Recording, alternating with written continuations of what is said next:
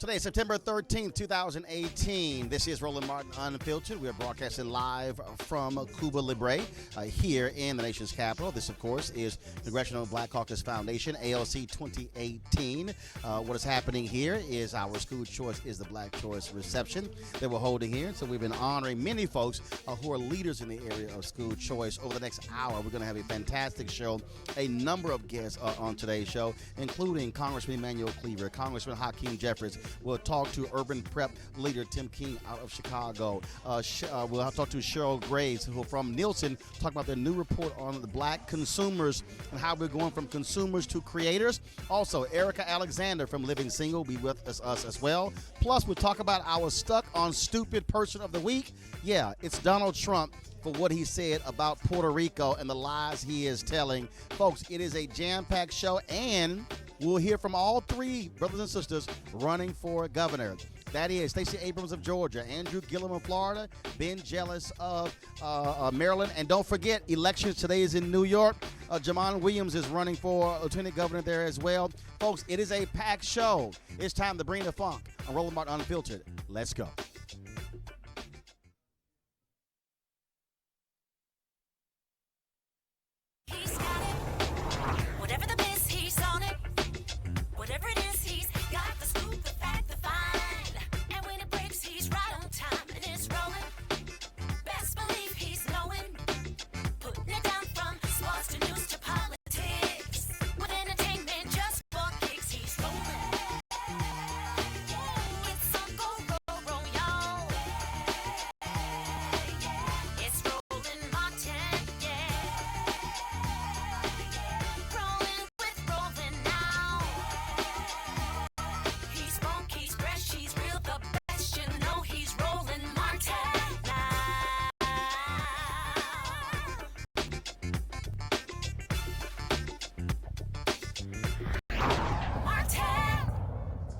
Folks, we're live here in Washington, D.C. on Roland Martin Unfiltered for CBCF 2018. Glad to have all of you here. Don't forget to also share this feed with all of your followers. We want as many folks as possible watching today's show.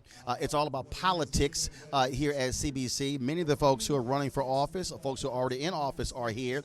Not just talking about those who are running, but also dealing with the issues of public policy. Where we are right now is Cuba Libre for our School Choice is the Black Choice reception. Of course, that's an initiative that I founded with my wife, Reverend Dr. Jackie Hood Martin. We're going to talk about school choice a little bit later in the show, but first, I do want to talk to a couple of folks who are our honorees here. They're members of Congress, the elder amongst us, Congressman Emanuel Cleaver from Kansas City. He joins us, my alpha brother, and also we have, of course, Congressman Hakeem Jeffries from New York. Gentlemen, glad to have you on Roland Martin Unfiltered.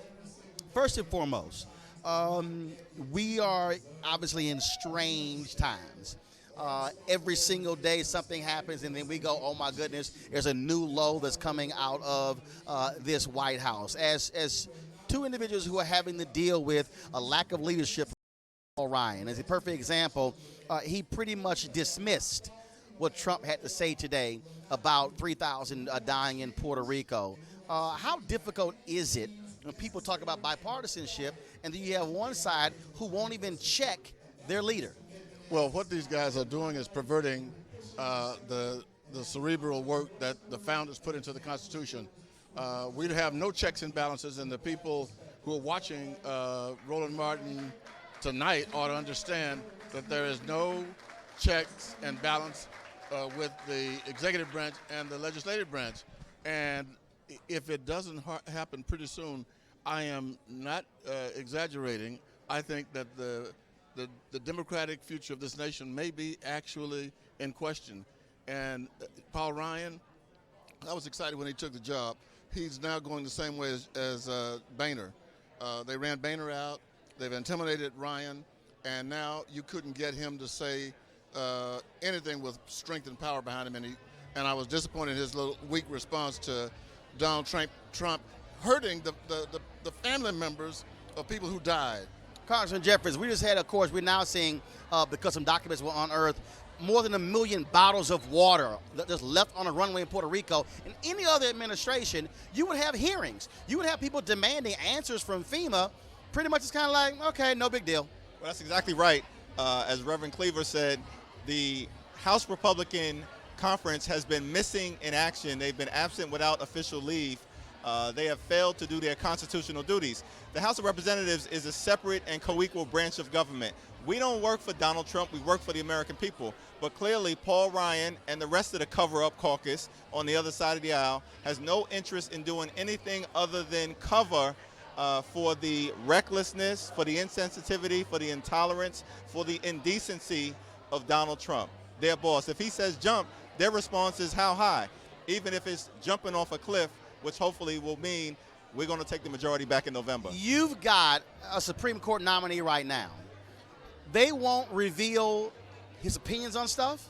You look at Lisa Murkowski of Alaska, who was put in office by those Native Alaskans who voted, and he's had writings that go against them. It's all kind of different things, and it's as if the rules are out the window, process is out the window, and it's we're going to get our people on no matter what, damn any norms whatsoever. Well, we're living in the shame season. There is no shame, because I don't know how people can sleep at night with a Supreme Court nominee who probably made it clear that he was going to be partial to the president if an issue arose, which it very well likely will, whether the president should respond to a subpoena. Secondly, let me just say this very quickly.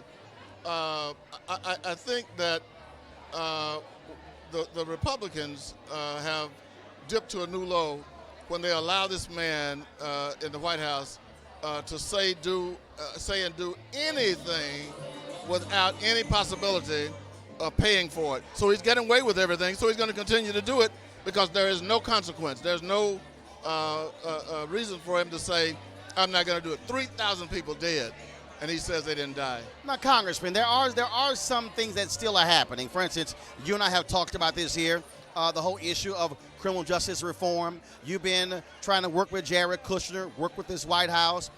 Trump announced he wasn't going to endorse anything before the election because Republicans, as if they didn't want their people to lose, which is crazy considering you have Republicans and conservatives, broke white folks who are being caught up in a criminal justice system in Tennessee, in Alabama, and Mississippi.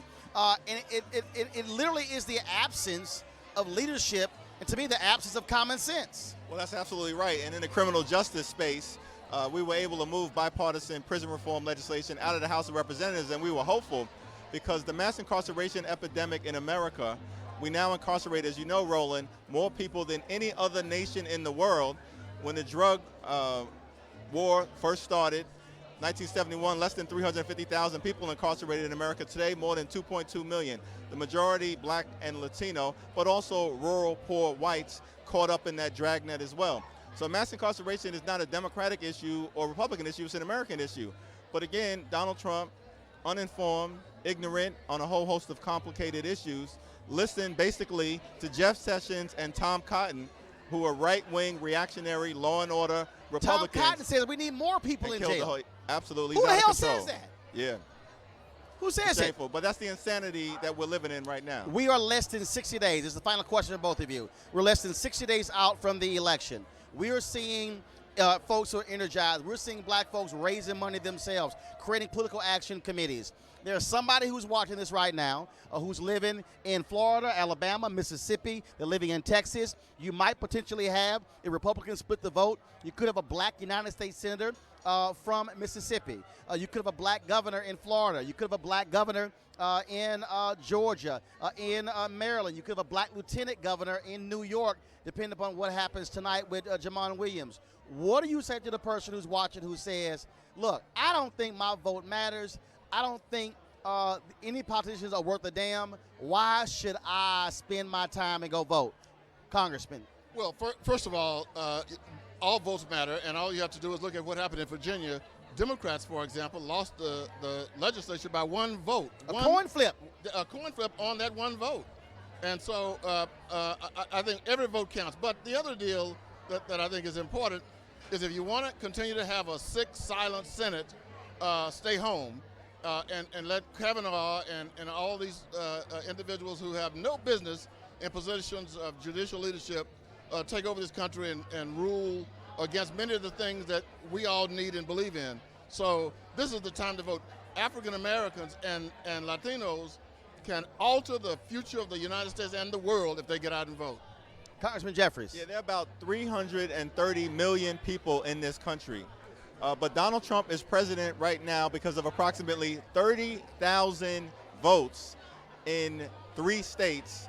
And as a result, we've been dealing with this long national nightmare. And so you individuals out there have an ability, consistent with what our ancestors did, who fought and died for the right to vote, to go out there and make a difference, to hand Democrats the keys so that we can have a check and balance on an out-of-control executive consistent with the Constitution of the United States of America.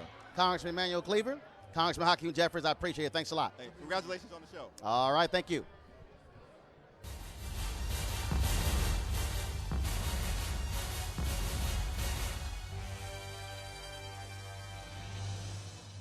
So, folks, we were talking a little bit earlier about Donald Trump today, comments that he made with regards to Puerto Rico. And this is a president who lies. And when I say lies, lies, lies, lies, that's why we have Trump Lies Matter. And so I want to read for you. What this president tweeted this morning. Not only is it insensitive, not only is it shameful, it also degrades the people of Puerto Rico. Of course, we know 3,000 people, based upon an estimate a study done by folks at George Washington University, died as a result of the hurricane in Puerto Rico. 9 hours ago, this is what Donald Trump tweeted. 3,000 people did not die in the 2 hurricanes that hit Puerto Rico. When I left the island after the storm had hit, they had anywhere from 6 to 18 deaths. As time went by, it did not go up by much. Then a long time later, they started to report really large numbers like 3,000. This was done by the Democrats in order to make me look as bad as possible when I was successfully raising billions of dollars to help rebuild Puerto Rico. If a person died for any reason like old age, just add them onto the list. Bad politics, I love Puerto Rico. You know Republicans are scared to death when you have folks like Florida Governor Rick Scott, who is running for United States Senate. He came out with a statement flat out saying, not true. Ron DeSantis, who was running to replace him as governor against Andrew Gillum, he even said that simply is not the case. Why? A significant number of Puerto Ricans have moved to Florida. They are eligible to vote, and so he knows full well that that's the worst thing in the world to tick off Puerto Ricans, folks who've actually died, who've lost family members. Folks, it is amazing. In fact, today, the Washington Post has a story. Donald Trump has told nearly 5,000 lies since he became president of the United States. How in the hell can anybody trust anything this man says when he will lie? He is angry and upset about what he did not do in Puerto Rico, when he went there tossing paper towels around, when he went there complaining to Puerto Rico about how they were wrecking the federal budget by virtue of the hurricane. Omarosa was on our show, and she said the reason he would not help Puerto Rico is because he was in a spat with the mayor of San Juan. Folks, this is the kind of person who is sitting in the Oval Office who has no business representing this country. Every time Donald Trump lies, we're going to bust him with Trump Lies Matter, and we're not going to stop until he learns to tell the truth. Now, earlier today at Congressional Black Caucus, there was a event, it was a panel that took place. It featured the 3 African Americans who are running for governor. That is Stacey Abrams in Georgia, that is Andrew Gillum in Florida, and Ben Jealous in Maryland. Before that particular panel, I had a chance to catch up with each one of them.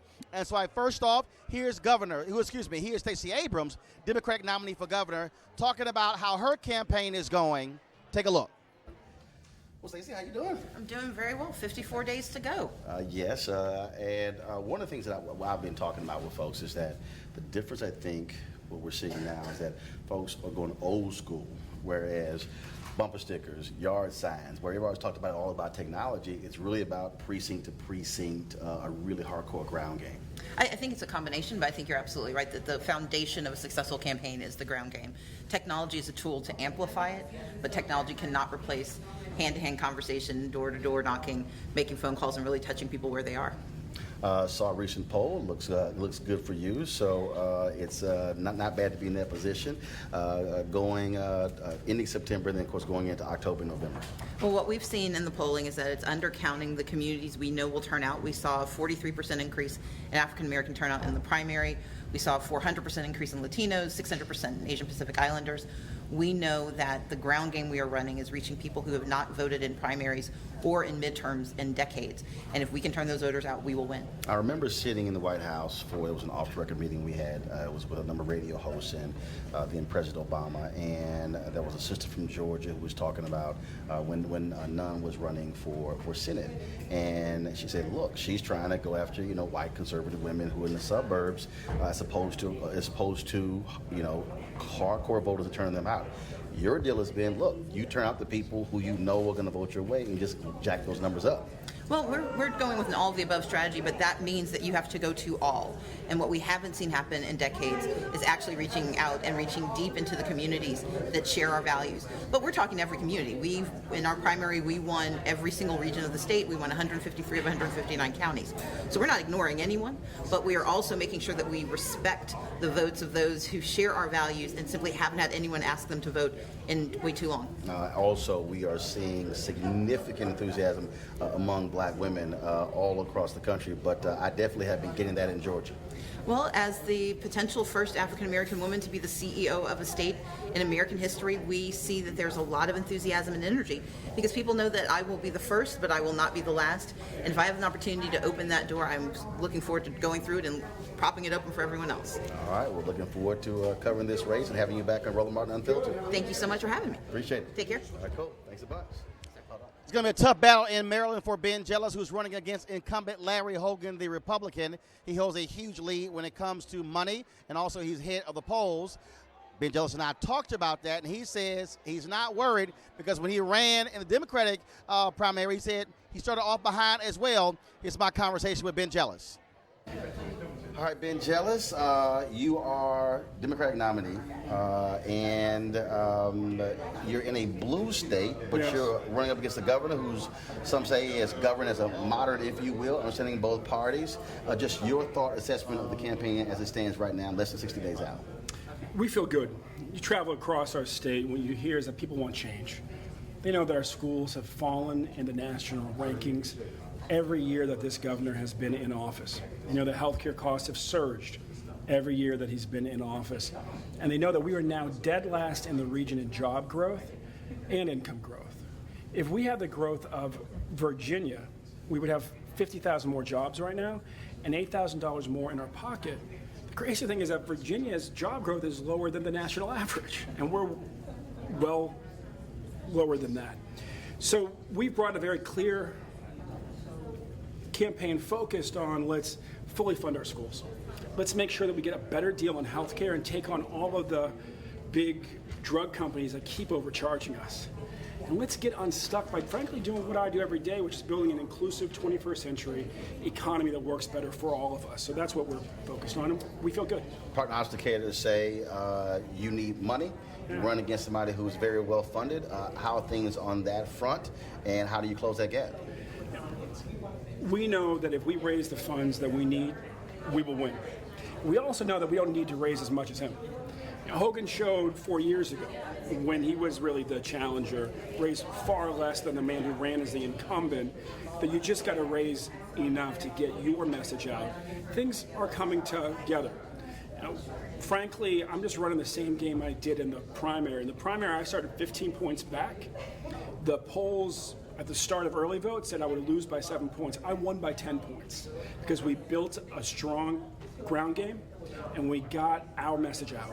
And that's what we have to do here, and we're well on our way. We saw young African Americans not really enthusiastic in 2016 in that particular presidential campaign. How are you messaging them, speaking to them to ensure that they are going to the polls? Because when you look at it in any survey, older voters will vote at a much higher rate Sure. than younger voters. What are you saying to them? We're squarely focused on ending the student debt crisis, paying for it by ending mass incarceration, on making our schools safer, our streets safer, but also stopping the killing of unarmed civilians by the cops. And so a very pragmatic focus on making young people's lives better, and they're responding well, quite frankly, to a candidate who has the courage to say we can actually do big things again, we can change things and change things for the better for you.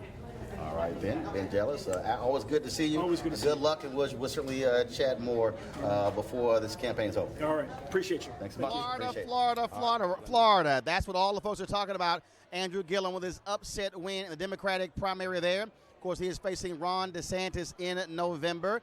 He also was a part of today's conversation, and I had a chance to talk with him, the third of our 3 black gubernatorial nominees. Here we go. Energy. That's all I've been hearing from folks out of Florida. Just your thoughts, your assessment. Here we are less than 60 days out. Yeah, we're 56 days out from election and probably 30 days before 2 million ballots end up in mailboxes. But Roland, it has been amazing. The energy on the ground is incredible. People really do feel real change in the air in our state. We had a volunteer call the other night. We had 3,000 lines occupied, and many of those places, people had hundreds of people in a room and just occupied one line. I mean, it gives you a sense that people are really excited on the ground, but as you heard me say all throughout the primary, the only thing that matters is how we vote and if we get out and vote. And I honestly believe that the energy exists such that people are going to show up and show out in record numbers in Florida. A number of Puerto Ricans are now in the state of Florida. You had Donald Trump this morning questioning nearly 3,000 dying. That surely should be offensive and ticking off those folks who saw loved ones, who saw their homes destroyed and lost as a result and run out of that territory. Absolutely. First of all, just when you think the president couldn't get any lower, he goes lower. There is no floor for this guy, it seems. I take particular offense in the state of Florida, where we are the home to the highest number of Puerto Ricans outside of the island of Puerto Rico. I visited Puerto Rico a few weeks ago, sat with the governor, overnighted in the interior in a hacienda where they had not yet received their power back, right? This is a U.S. Commonwealth, if you will. They are part of us. The federal response is a terrible embarrassment, and quite frankly, my heart goes out in advance to those in the path of Florence, because if this is how the president conducts himself, self-congratulating, undermining the efforts for recovery in Puerto Rico, imagine the nervousness that might exist for those people. I wish them well. I wish them no harm, and I hope that this is a much improvement upon the recovery efforts. But you got to wonder when you have a president who just doesn't deal in reality, and quite frankly has such reduced regard for human life, is willing to suggest a political conspiracy rather than admit that their administration failed, and as a result of that, thousands of people lost their lives. Last question real quick. Clearly, when your opponent has resigned his seat, it seems like you got him a little bit worried in his campaign. Well, my opponent also is modeling himself after Donald Trump. He's sitting around calling names, equating me with animals, while we're getting around the state and talking about the issues that matter to the people. We're going to stay on the issues while they sink in the swamp. My grandmother always told me that never wrestle with pigs because you both get dirty, but the pig likes it. So they won't have a wrestling partner in me. They're going to have a governor, and that's how we'll win this state. All right, Andrew Gillum, we appreciate it. Thanks a bunch. I appreciate it. Folks, when we come back on Roland Martin Unfiltered, we'll talk the new Nielsen report on African American consumers and how we're going from folks who are consumers but also to creators. That's next right here on Roland Martin Unfiltered. This is Diala Riddle, and you're watching Roland Martin Unfiltered. Stay woke. This is Director X, the director of Superfly on the red carpet, or the black carpet, and you're watching Roland Martin Unfiltered. Yo, what up, y'all? This is Jay Ellis, and you're watching Roland Martin Unfiltered. Hi, I'm Chaley Rose, and you're watching Roland Martin Unfiltered. I'm Lex Scott Davis, and you are watching Roland Martin Unfiltered. Hey, what's up, y'all? It's your boy Jacob Lattimore, and you're now watching Roland Martin right now.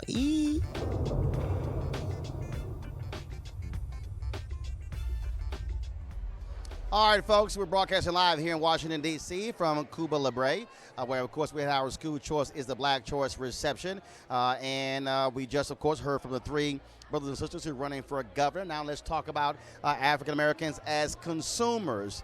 The reality is, when it comes to this economy, well, we're up to now a spending power of $1.3 trillion. That's a hell of a lot of money. But the question is, what are we spending that money on? Are brands respecting us? And what does it say about our loyalty? Well, every year for the last 7 years, Nielsen has done their annual survey on black consumers, and their new survey is out. So I'm doing the phone. I see, here's the deal. We're going to talk about this here because black folks, we really use our phones. We really do. So I need to use both.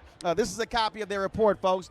It is called From Consumers to Creators, Digital Lives of Black Consumers. And so joining us right now is Cheryl Grace with Nielsen. Now, so I ain't going to give a title, because Cheryl would have to need like 3 sides of a business card if I read her full title. Tell folks what your title is. I'll just leave it at Senior Vice President of Consumer Engagement. Thank you. That's How right. about that? If they can shorten that, I'll be happy. Okay. All right. Cheryl, we are glad to have you back. We've talked about this. First time on Roland Martin Unfiltered.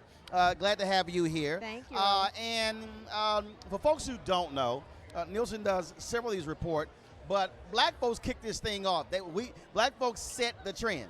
We did. We started the report in 2011, and since then we've done Asian American reports, Hispanic reports, as well as LGBT communities. So we have an entire series now, but it all originated with the African American consumer. Now, a lot of people, when it comes to these reports, they may talk about just spending power. They may talk about just when it comes to our views on one aspect. But you cover a variety of areas in here, in terms of how much time we spend on games, watching television, us creating content, all kinds of stuff. We do, because we think it's important that African Americans not only understand what their buying power is, but how their purchasing decisions impact brands, and more importantly, how brands need to understand what that buying power can do for their market share. And so it's really important, because if you don't know what your power is, you literally just give it away. And so this isn't a report that just talks about how you're spending your money, but the importance of how you're spending your money. And there's a difference. Summer Redstone, of course, who he owns Viacom, and he had this famous statement, content is king. Yes. And it's king for us, not only when it comes to what we watch, what we consume, but also what we create.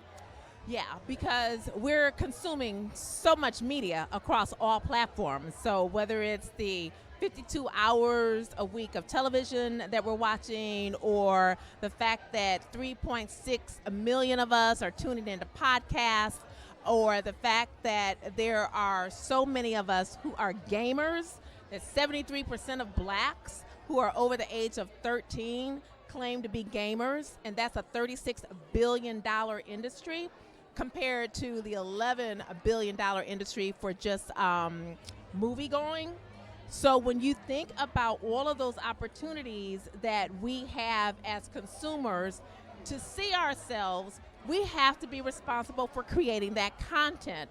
And that's one of the things that we really wanted to stress in this year's report that's so different than what we've done before, is we're trying to show that you can't just consume without being able to make sure that you're seeing what you need to see and how we need to be reflected. And we're the only ones who can best tell those stories. Well, I mean, it's funny we're having this conversation, because what you're talking about is literally what we're doing right here. Right. Because yes. one, and this is a digital-only show. Yes. Here we are, again, talking about the things that other folks are ignoring. Yes. You're not necessarily going to have this conversation on these cable news networks and broadcast networks. And if it is, it won't be just about black folks. Right. And so what black folks are saying is, look, we want stuff that's about us, that's for us. For us, by us, about us. We're taking control of the message. And that's what this year's report, the theme is really all about, is the importance of owning that content and how successful that is to brands. So when brands actually see that they are generating not a little, but a lot of revenue from the instances where we do tell those stories and we tell them well, then you start to see more brands looking for opportunities to do that. Now, look, there are always, so I ask this question all the time of folks who are book authors. So I ask you, what was the one wow moment for you after this report was done? Where did you go, wow? Wow, for me, there were a couple. Number one is that our spending is growing faster than any other group of people spend. So between the year 2000 and 2017, we had a 108% growth rate compared to 87% growth rate for non-Hispanic whites. Now, Deborah That's Owens, a wow moment for if Deborah me. Owens, America's Wealth Coach, was here, she'd be mad because she'd be like, we should be saving and not spending, Well, but the reality is. And we should be. But that's not what the report is about, and right. we'll leave that to It's the showing what financial we do. institutions. But this is what the reality of the situation is.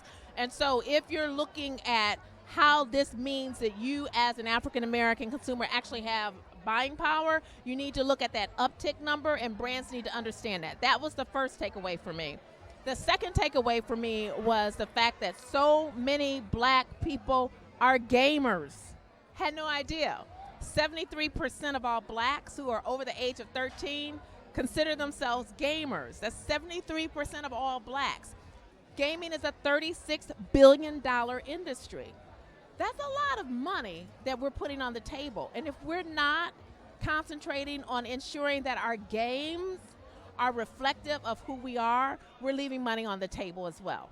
One of the things that you mentioned earlier, and like here, right here, is higher device and technology ownership. Ownership. And again, when I talked to earlier this year, T.I. was in Atlanta, he talked about us owning our culture. Richelieu Dennis, a brother who bought Essence, Yes. He says we need to own our culture. We must monetize our culture where we are making the money. Other folks have made billions off of our us. music, Yes. off of our movies, off of our style. Yes. And so this is what black folks are saying, no. It's time for us to get paid off of us. And the fact that this trend of what we're seeing as voracious consumers and content creators isn't going to go away, because when you take a look at how old we are as a people, we're much, much younger than the total population, Yep. right? And so 54% of blacks are under the age of 35. That means 54% of us have grown up, because I'm just a little bit off from that number. 54% of us have grown up literally having some type of digital experience as part of our lives the entire time. So our expectations are much different than those who are older.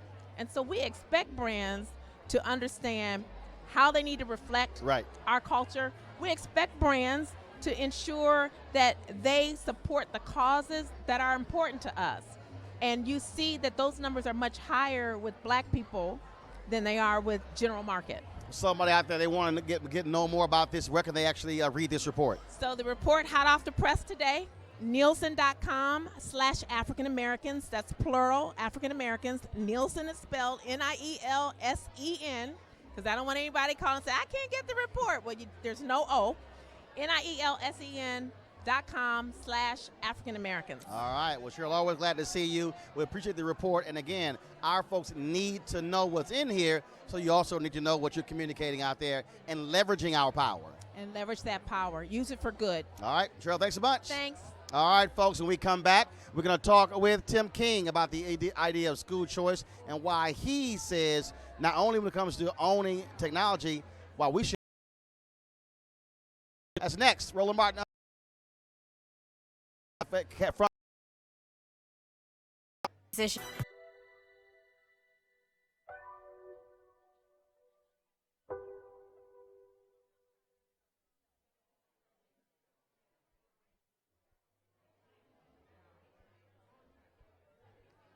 Hey, folks, welcome back to Roland Martin Unfiltered. As I said, we're here at Cuba Libre here in Washington, D.C. And what is happening here, this is the School Choice is the Black Choice reception. We did this with the National Alliance of Public Charter Schools, as well as a number of other groups as well. My wife and I, we founded School Choice is the Black Choice. And let me be clear. So it's been very interesting that I travel this country and black folks come up to me and they're like, man, here you go. Why do you back charter schools? Let me be clear so you understand. I support anything where our kids can succeed. Traditional schools, public charter schools, magnet schools, homeschool, online school, technical school. I don't care what kind of school it is. If it's working for our children, I'm down with it.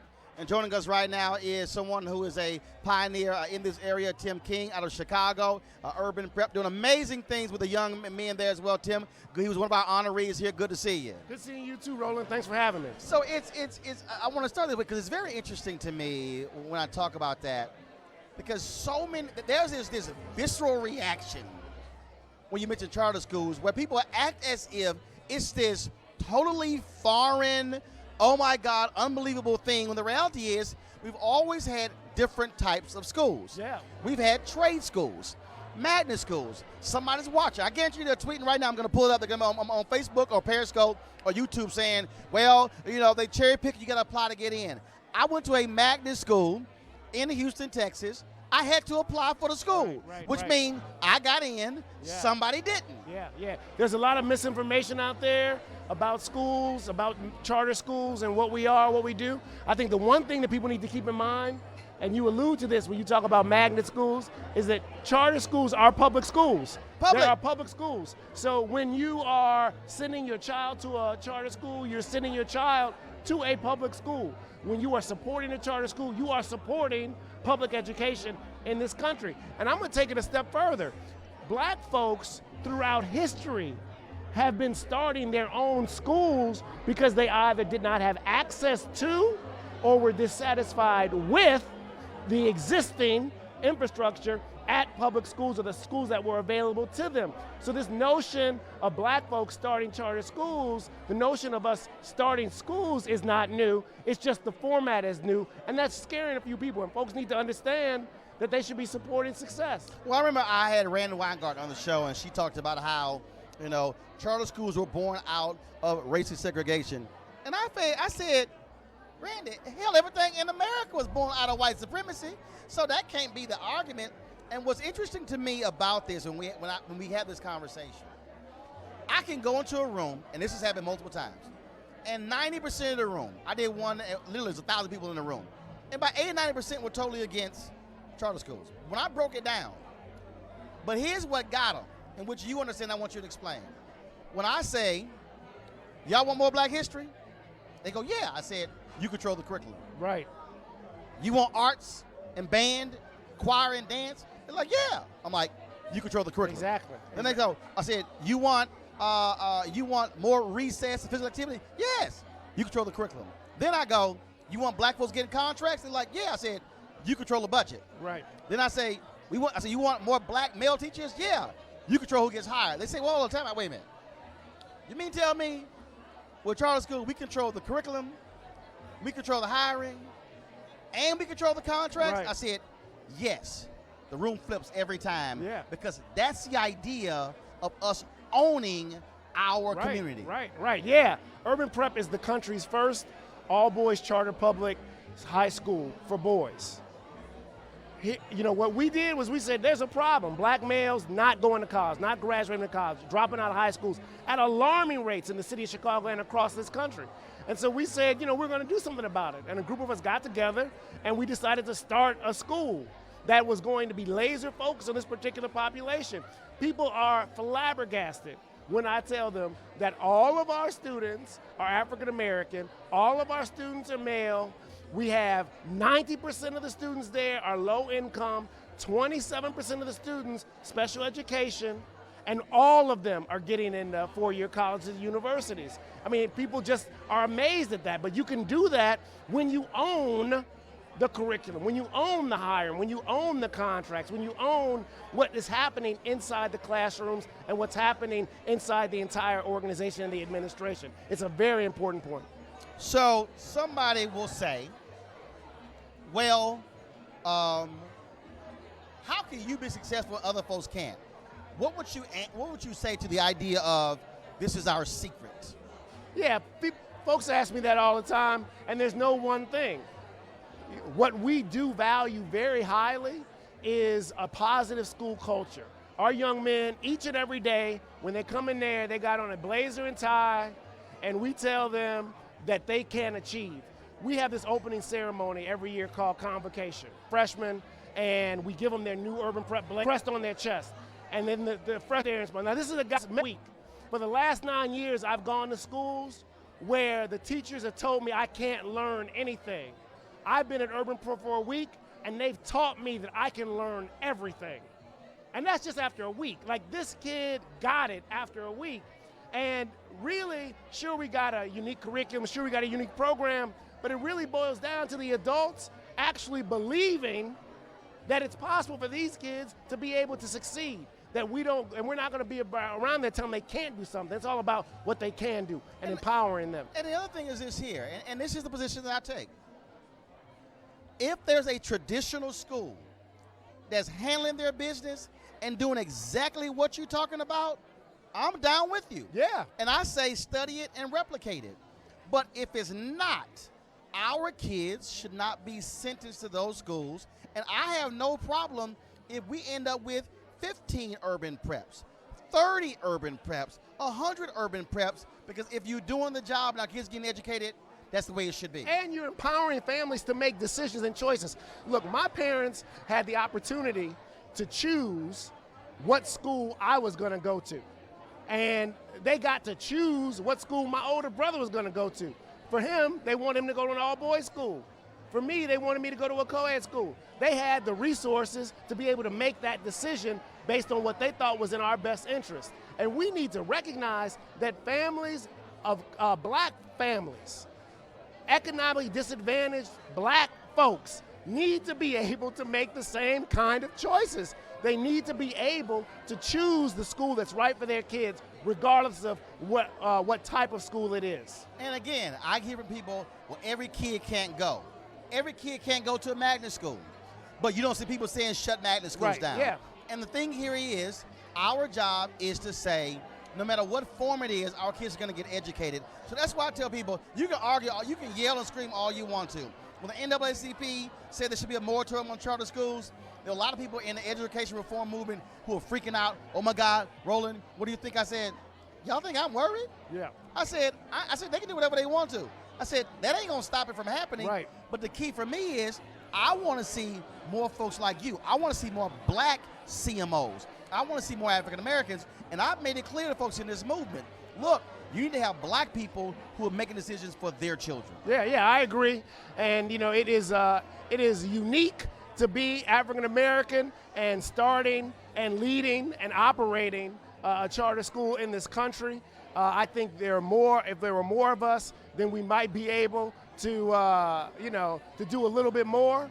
But I think it is important that people, NAACP, whoever it might be, recognize the value that is being added by charter schools, particularly certain charter schools, and support them. Because, the families are going to come, but how long can we continue to operate and flourish and do well if we don't have the institutional investors, the support from government, the support from philanthropy to be able to do the things that we're doing? Well, and another thing is this here. For the parents, they don't give a damn. They're like, look, you can call this thing traditional, right, whatever public charter, you can call it magnet. All I want to make sure my kid get educated. Look, we've got parents who ask us, what's tuition? And we try to explain to them, no, we're a charter school, we're a public school. Because you're right. They are so interested in having their child succeed, they're not even thinking about what classification this school has. Private, public, parochial, charter, whatever. They just want the success and the achievement for their children. That's what's most important to them. Last thing here, there is, there's a young man or a young woman out there who they might be watching, their parents might be watching, their grandparents might be watching, aunts and uncles. And they're saying, you know what, this thing ain't for me. I'm not getting it, so I really want to blow this school thing off. What do you tell them? Oh, I tell them you got to be if you want to ensure the future, your future, as a parent, as a grandparent, you got to make sure you're taking care of the kids. And so you've got to be intentional around what is the right type of environment and school for your child to attend, and then you've got to advocate on behalf of your child to get him or her into that school. And then once they're there, you can't just drop them off and say, look, you know, school is your job, school, I'm done with it. You got to be present and attentive, because every single school is not going to be able to pay the attention to every single student the way a parent can. And so parents have to be really focused on that. It is the number one thing I think that a parent can do for a child, is making sure that that child has a high quality education. All right, Tim King, I appreciate it. My Thanks, alpha man. brother, thanks a bunch, man. 06. Good luck. All right, Absolutely. thank you. All right, folks, we'll take a break right now. When we come back, we'll chat with Living Singles Erica Alexander about how she's using blockchain and journalism to change the future of media. That's next on Roland Martin Unfiltered. He's got it. Whatever the biz, he's on it. Whatever it is, he's got the scoop, the fact, the find. And when it breaks, he's right on time and it's rolling. Best believe he's knowing. Putting it down from sports to news to politics. With entertainment just for kicks, he's rolling. It's on go, y'all. It's Roland Martin, yeah. Rolling with Roland now. He's funky, he's fresh, he's real, the best, you know he's Roland Martin now.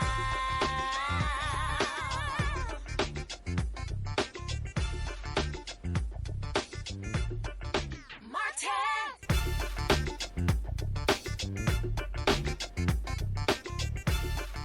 All right, folks, welcome back. Really? Jay is so loud. Welcome back to Roland Martin Unfiltered, folks. We're here at Cuba Libre here in Washington, D.C., and we've been having a great time here. Folks are here, of course, for our school choice is the Black Choice reception. There's lots of food going around. I ain't had none yet, so I need somebody to make me a plate. That'll be great. Folks, joining us right now, you know her, Maxine from Living Single. She's been very much involved in politics, public policy, and now she is doing something very interesting when it comes to blockchain and media. And so I saw this story. I was like, girl, what you doing? Come on the show and talk about it. Eric Alexander, what's happening? Thank you, Roland Martin. You always in it, so I'm trying to get in it too. So explain, so tell folks, what are you doing with blockchain and media? What are you doing? All right, so Civil is a new platform that's trying to empower the people to have more control over journalism and inclusivity and who gets to do it. This has been your lifelong thing. This is what you've done. One of the things I loved about your Breakfast Club interview was that you talked about how many people you put on and how many people have gone on from those careers. But if you think about it, you're not able to really talk about how many people can't go and know Roland Martin. Right. So how many people are we leaving behind? And not just people, the stories that they would do, the Pulitzer Prizes, all the things that journalism brings to light, which I think is important. So Civil's trying to make that much more of an economy, a new economy for building journalism, and not only that, new media forms. So how does it work? Let's explain how it works. Well, I'm doing something called The Blackness, which is our own newsroom.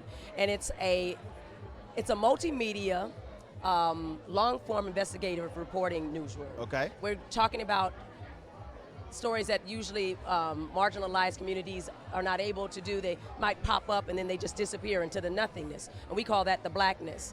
And so Civil would be our way for us to put our newsroom on and actually try to leverage, we want a whole distributed network of journalists, maybe with like the National Black Association of Journalists, HBCUs, and try to there's a natural pipeline that really try to get people and fund those stories so they can have long form. So why did you want to do this? What was there one particular thing where you went, you know what? I think I'm gonna do this. Well, you know what? People come to me up all the time because they see my face, they think Cousin Pam, they see Max, but they tell me these stories that are horrific. Their sister got burned alive in the middle of the street and no one's looking for that person. There's a man that's hanged, or a young football player. He's in clothes that's not his own and shoes that are 2 sizes too small, but no one's ever found his killer. What happens to those stories? They just disappear. If you're not able now to be, unfortunately, killed on camera, where are those other stories about those people we don't see? You know, the sex trafficking, all those things. So I'm planning to hope that this platform, this new platform, Civil, and its newsrooms are able to really spend a lot more time on them and give them their just due. So how's this thing funded? So how does that work? Well, Civil, they do it by tokens. Now, everybody talks about Bitcoin, but, it's a token economy. So they might, if you're a newsroom on there, they might give you a token grant to get started. And they have 33 million tokens to give to people, and then they keep the rest. But what happens is if you have a token, that means you have a say, and that gives the newsroom more freedom. And that's good because that means that they have a governance model they're trying to put up on there, like how they think a newsroom should behave. If they think that it's, and I should say think, the token holders, they can vote on it. They can say, hey, I don't know, they're doing false stories. They're doing stories that that are not, I don't know, viable or whatever. You can vote. But people also have a way that they can buy into it. So there's going to be a big token sale for Civil tokens. Okay. So they've actually got a real economy and a real business model underneath it. So where can folks go to find more information about They Civil? should go on, they should go, hey, they can look up Fast Company. They just did the article on my company, Color Farm, merging or doing the blackness with them. But they should go to Civil, and that's join_Civil. And you can read all about it. And they should also get more familiar with Bitcoin. You're a real digital pioneer, but not many people are in that space. There's, I think, flat space, which is what is now, and then there's the digital space, which is round. So it's like when rock and roll came in, people didn't understand it. You're gonna have to go understand it to build in it. And it's one of the places where I think black people can be much more powerful. So beyond that, you're still acting? Are you I'm still acting. You still I'm doing on that? Black Lightning. What you doing? I'm on Black Lightning. So am I. You are? I was in wasn't I in the first episode of Black Lightning? You don't even know what episode he was on. No, I did it. And Salim called me and said, yo, he said, be prepared to have you back for season 2. I'm like, I'm ready. Oh. I was in the first or the second one. I'm going to ask him to put me in that scene, please. Oh, I was like, because now I'm going to bring the funk. Go on, bring it, bring it. I'm playing a telepathic therapist. Oh, Lord. I'm helping people with their powers. And then, I'm glad you mentioned that. And don't forget, of course, Mario Van Peebles' movie Armed, where I play a smooth-dressing barber. Of course, in theaters and on digital on Friday, September 14th. No, yeah, so I'm doing Black that. Lightning, what else? Black Lightning and Color Farm. We've doing a movie about the Boys Choir of Harlem with Ava DuVernay's producing partners, Tammy and Paul Garnes and Jamie Petrikoff. I just set up a movie, a horror movie that I wrote with Lionsgate. That's going on. I just did a 4-part series with Joss Whedon, who does The Avengers. It was a spinoff of Buffy the Vampire Slayer. I wrote it with him, and it's already out with Dark Horse. It's called, it's a black girl vampires over 200 years old. I've just been hustling. I mean, I'm not hustling as hard as you. Nobody can do that. Nobody can beat that. But I'm out here on these mean streets. Everybody keeps talking about reboots. Uh-oh. Do you really want to see a reboot of Living Single? Let me tell you something. I'm the person who probably said no. That when everybody probably said yes. And the reason I think is because it's hard to get forward momentum in your career. And I believe it's important for me, at least in my age at this time, to move forward. It would be nice to do it. I mean, I'd have fun. But it's not maybe where my heart is. It would be nice. I keep thinking that they should take the same cast and make something new with it. Do a remix. Don't just do a reboot. Right. Mash it up or something. So we'll see, but I don't think so. Not for me. A remix, Single Living. After single, divorced and got hip replacement. That's what it needs to be. Shoot. All the pharmaceuticals will sponsor that show. Hey, you're thinking. That's why I love you, Roland. You know how to pull that sponsorship. Come on now, somebody got to do it. Somebody got to do it. Yes. Well, Erica, always good to see you. It's always good to be asked. Thank you so much, and thank you for setting not only an example, but raising the bar for everybody. I appreciate it. Thanks a bunch. We'll have you back. All right. All right, then. Folks, going to go to a break. When we come back, I'm going to show you a really, really dumb white man who's a white supremacist who actually, just wait till y'all see the clip. Oh, my God. You're just going to crack up laughing. So I have the debut of our Stuck on Stupid Person of the Week up next on Roland Martin Unfiltered.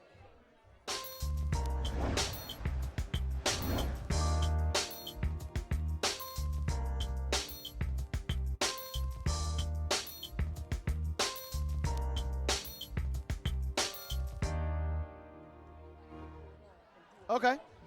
All right, we'll do it. All right, folks. Yeah, me and Erica were trying to talk a little business there, okay? All right then, y'all. So the Jay-Z, Trayvon, Paramount, BET documentary, of course. The last airing, I think, was this week. So they had this interview with this white supremacist in the documentary. And when I saw what happened, I said, here we have our first Stuck on Stupid person of the week. Roll this, please.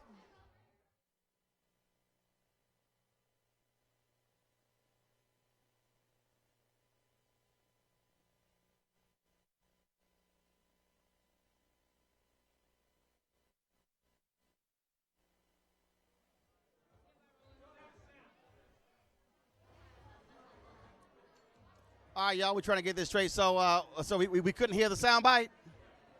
All right, so y'all going to fix that? All right, so we're working on that. We're going to have that in just a second, folks. But first, it was utterly hilarious for them asking this guy a question who tried to make the argument that slavery was not the reason for the Civil War. And then he said there were other reasons. Then when they asked him for other reasons, he goes, duh. I'm not a historian. No, because you're an idiot. Y'all got it? We working on it? Now, Jay telling me we're going to have it tomorrow. Jay been telling me all day we're going to have this clip, and now we can't play the damn clip. Boy, I tell you. But anyway, well, here's the deal. So we chose this guy. The clip is hilarious. It's been all around social media. And see, this right here is the problem with why we have his story in history. You've got white people in this country who are in denial about American history.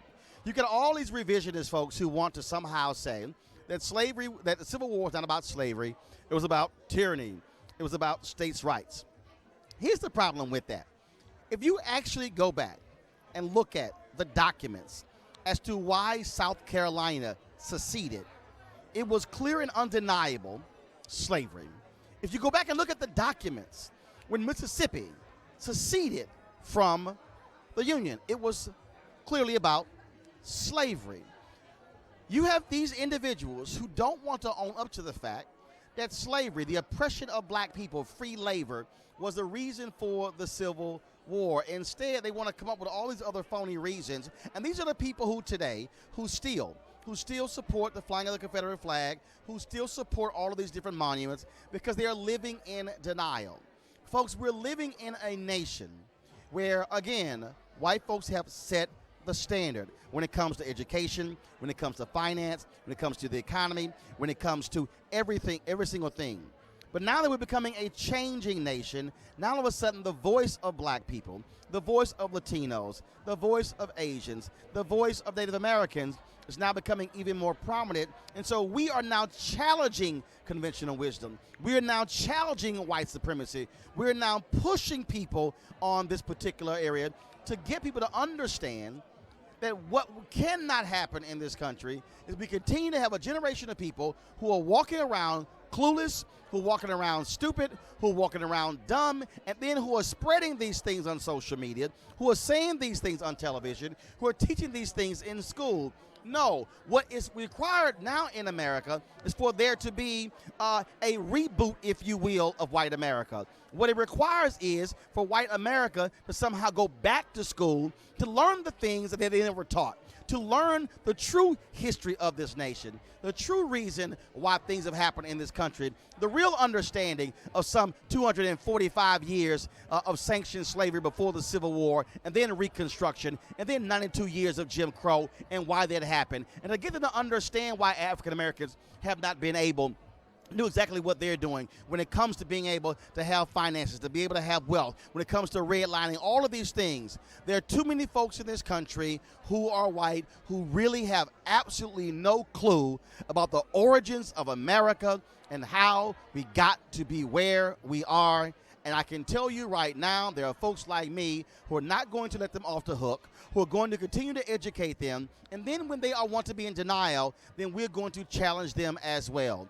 And we're also going to then challenge media folks to do the exact same thing. Why? Because they need to understand it's also their job. Next week, I'm going to deal with our national newspapers and digital sites where a survey was done on diversity, and there were less than 300 of the 1,400 outlets would even turn in their numbers. And do you know why? Because they don't have enough folks who look like me. We at Roland Martin Unfiltered are going to be the medium that challenges these folks when it comes to what's happening in this country. And whether they like it or not, we're going to use our voice, and we're going to bring the funk doing so. I want to thank everybody for watching the show. Don't forget, we're going to live stream the show, restream it again at 10 p.m., 2 a.m., 6 a.m., and 10 a.m. We also need your support. Please go to RolandMartinUnfiltered.com to join our Bring the Funk fan club to be one of our contributors, because we want to be able to keep bringing this information to you, keep sharing it with you, and keep talking about the stories and the issues you're not going to see covered anywhere else. Tomorrow, folks, I will be live streaming my speech from Los Angeles, speaking to a labor union there. We'll also have more coverage from Congressional Black Caucus. We've got a fantastic show lined up for you tomorrow. Don't forget to tell everybody about Roland Martin Unfiltered. You have an absolutely great day. I got to go catch a plane. Holla!